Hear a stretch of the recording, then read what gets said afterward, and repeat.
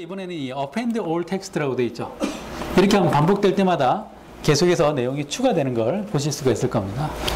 이 파일과 관련되어 있는 내용이 들어가 있는 걸 보면 생각보다도 자잘하게 파일을 핸들링 할 일이 많다는 겁니다. 그렇죠? 자, 이제 또 다른 경우를 보여드릴게요. 자, 생각보다 이 파일 업로드 할 일이 많죠. 그렇죠? 이 업로드가 지원 안 되면 웹 기술 아니잖아요. 그렇죠? 그래서 예전에 이 업로드가 지원이 잘 안 되었기 때문에 또 뭐 업로드 컨트롤도 나오고, 그걸로 이렇게 또 어떤 파트너들은 또 돈도 좀 많이 버시고 그런 데도 있습니다. 뭐 돈 버는 게 나쁘다는 게 아니라, 근데 그 컨트롤은 지금도 유효합니다. 왜냐하면 여기에서 제공하는 건 딱 HTML 표준에 정의되어 있는 방식만 지원합니다. 그러니까 업로드 되는 프로그레스가 나온다든지 이런 것들은 지원하지 않습니다. 그렇죠? 그래서 이 파일 업로드를 위해서 이 파일 업로드라는 이 객체가 또 제공이 됩니다. 그래서 파일 업로드에 get HTML이라고 하면 뭐가 나올까요? get HTML은 HTML을 만들어내는 메소드라고 했죠. 이걸 사용하시게 되면 바로 파일 업로드하는 그 텍스트 박스 같은 게 나옵니다. 텍스트 박스에 찾아보기 창 이렇게 딱 붙어 있는 그걸 만들어내주는 게 바로 get HTML이고요. 그 다음에 패스에 get file name 하게 되면 넘어온 해당되는 패스의 파일 네임을 뽑아내주는 그런 메소드입니다. 그러니까 파일을 이렇게 내가 받았을 때 어떤 임시 폴더에 저장을 했겠죠. 이때 파일 객체를 이렇게 열어보면 파일 이름만 들어있는 게 아니라 전체 경로가 다 들어있을 거예요. 그래서 이 경로 중에서 파일 이름만 빼주는 게 패스의 get file name이다 라고 보시면 되고요. 그래서 해당되는 파일 네임이 있으면 그걸 잡아다가 어딘가 저장을 해야 되겠죠. 그래서 저장할 때 쓰는 게 uploaded file save as 해서 경로를 주시면 그게 바로 저장이 되는 그런 구조입니다. 자, 이것도 역시 소스를 보는 게 제일 이해가 빠르겠죠.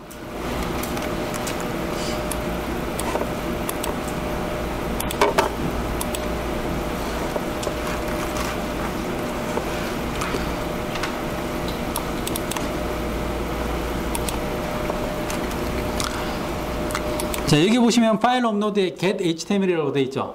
그죠? 파일 업로드를 할 수 있는 그 컨트롤을 만들어내주는 그런 명령이다라고 보시면 되고요. 자, 여기 보시면은 넘버가 몇 개로 되어 있습니까? 한 개로 되어 있죠. 그럼 이걸 여러 개를 만들 수도 있다는 얘기가 되겠죠. 파일을 동시에 뭐 2개, 3개 이렇게 업로드 할 일이 반드시 있습니다. 자, 두 번째로 여기 보시면은 이 아래쪽에 보시면 뭐 폼 태그를 추가할 거냐 이런 것들도 있고, 다음에 업로드 텍스트 이런 것들이 또 붙어 있습니다. 요거하고 비슷한 게 조그만 옵션만 바꾼 게 바로 이 파일이거든요. 옵션을 어떻게 바꿨냐면 여기 보시면 이번에는 파일의 개수를 2개로 잡았죠. 자, 그 다음에 allow more file to be added 라고 되어 있습니다. 이건 뭐냐면 일단 기본값은 2개로 시작을 했는데 이 옵션을 여러분들이 만약에 true로 해주시면 사용자들이 필요한 만큼 개수를 늘릴 수가 있게끔 되는 거예요. 자, 그래서 요걸 제가 한번 실행을 시켜 보도록 하겠습니다.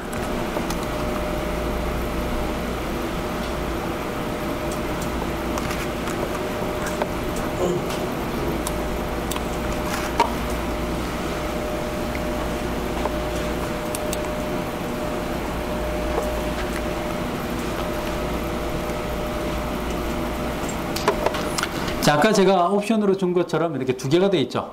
그렇죠? 2개가 되어 있고요. 여기서 만약에 내가 더 추가를 하고 싶다라고 하면 이렇게 계속해서 추가가 가능하다는 겁니다. 그러면 이 추가된 만큼 파일이 계속해서 넘어간다는 거죠. 그렇죠? 한 가지 불편한 건 뭐냐면 이 파일이 전송될 때 이 프로그레스 바 같은 게 좀 나왔으면 좋겠지만 웹의 그 기본 요소만으로는 그게 안 나옵니다. 그래서 상용 컨트롤들은 다 그런 것들을 지원하고 있죠. 그런 부분에서 좀 편리하고요.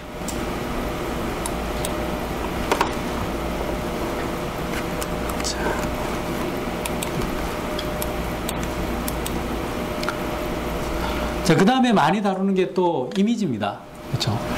이미지를 잘 다뤄야 되는 것들이 몇 가지가 있습니다. 기본적으로 이 이미지를 다룰 때 이미지를 받아서 저장하는 부분이 필요합니다. 일반적으로 이 파일 업로드하고 조금 다르게 해줄 필요가 있어요. 왜냐하면 이 이미지 같은 경우에는 이게 엔코딩 방식이 약간씩 다르게 넘어올 수도 있습니다. 그래서 이미지는 별도로 메소드를 빼놨습니다. 이미지를 저장하기 위한. 그래서 get image from request 해서 넘어온 것 중에 이미지를 받아서 저장하는 메소드가 따로 있고요. 그 다음에 save는 말 그대로 저장하는 메소드겠죠. 받은 걸.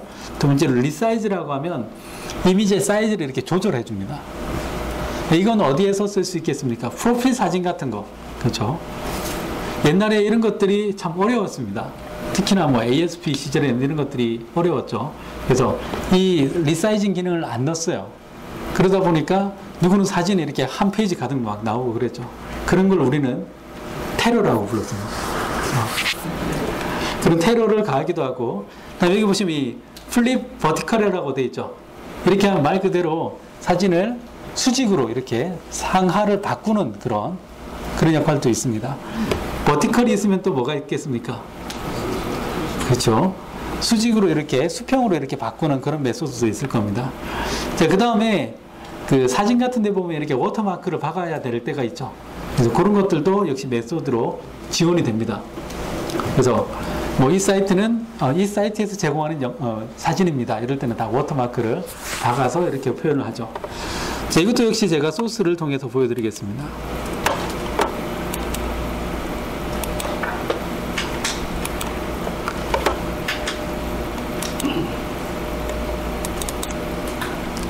자, 이제 점점 지루해지기 시작하죠. 네, 이제 일정한 패턴이 계속 반복되고 있습니다. 그렇죠?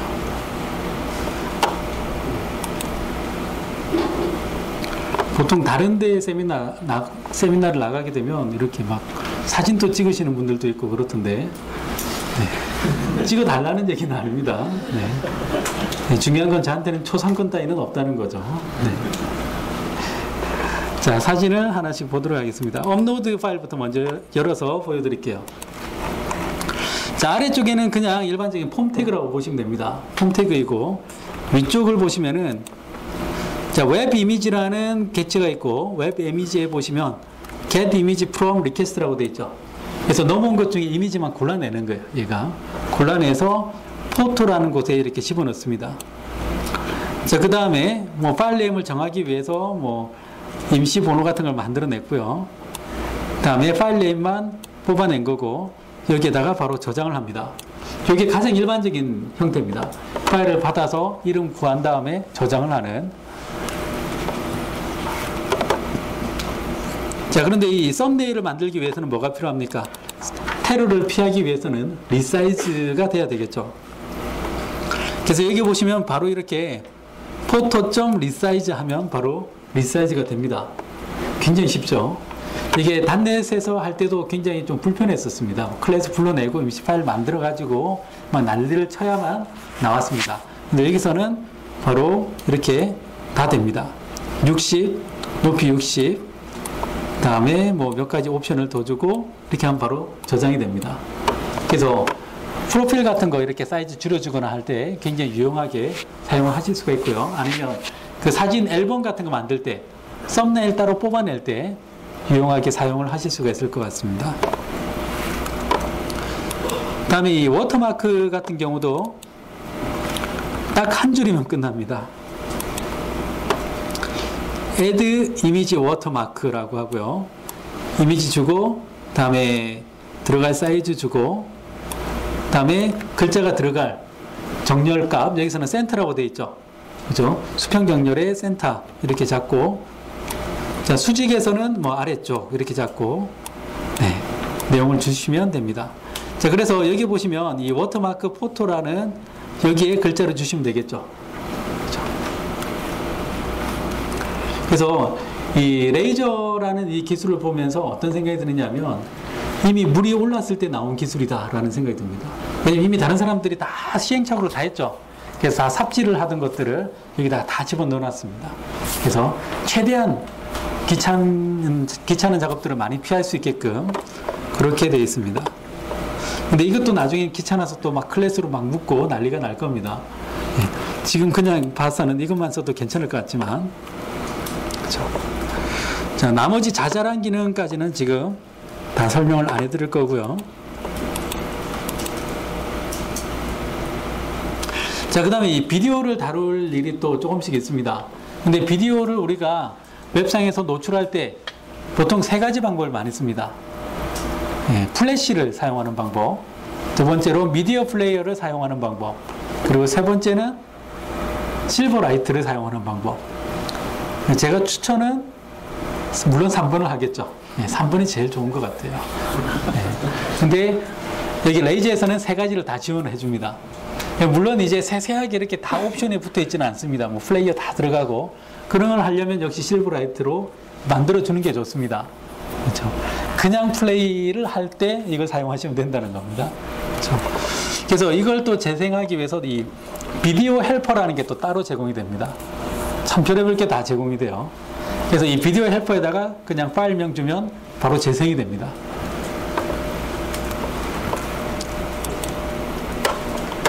참 준비를 많이 해온 것 같죠.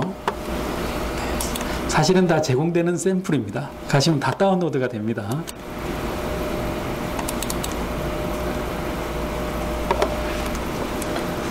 자, 세 가지 형태가 있다고 말씀을 드렸고요.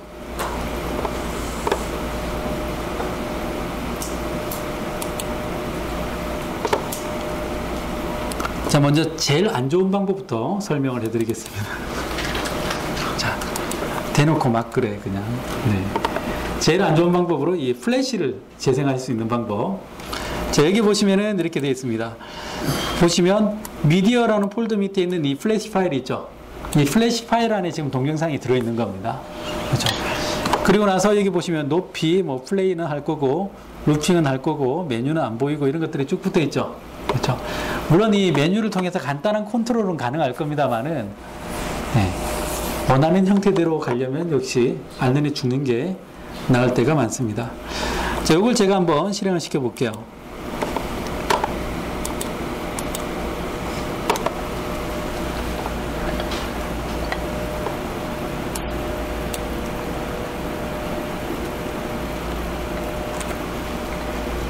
자, 이렇게 하면 바로 플래시가 이렇게 나타납니다.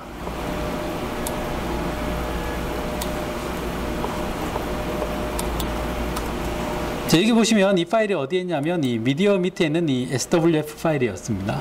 그렇죠? 자, 두 번째로 이 샘플에 보면 이 WMV 파일 있죠. 자, 이걸 재생하기 위해서 이 미디어 플레이어 쪽을 한번 보시면 역시 또 미디어 플레이어에서 이걸 또 재생할 수 있는 기능들이 다 포함이 되어 있습니다. 그렇죠? 자, 그 다음에 이 실버라이트 같은 경우도 역시 아예 메소드에 비디오.실버라이트라고 되어 있습니다. 굉장히 직관적이죠. 이때까지 본 명령 중에서 제일 직관적인 것 같아요. 그렇죠? 그래서 이걸 바로 실행을 시켜보면 역시 실버라이트가 나옵니다. 근데 제 권장사항은 이걸 사용하는 것보다는 직접 만들어 쓰는 게 나중을 위해서도 좋고요. 좀 더 다양한 기능을 쓰실 수가 있을 겁니다. 만드는 방법은 예전에 제가 강좌 같은 거 올린 것도 있는데 한 1시간 정도만 삽질하시면 네, 금방 만드실 수가 있습니다. 자, 이게 바로 실버라이트로 구현되어 있는 거죠. 그렇죠?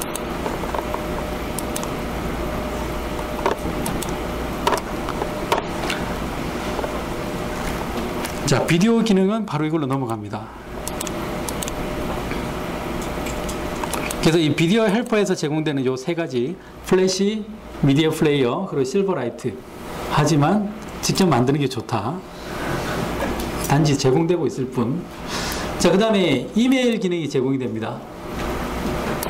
메일 헬퍼가 따로 제공이 되고 있고요.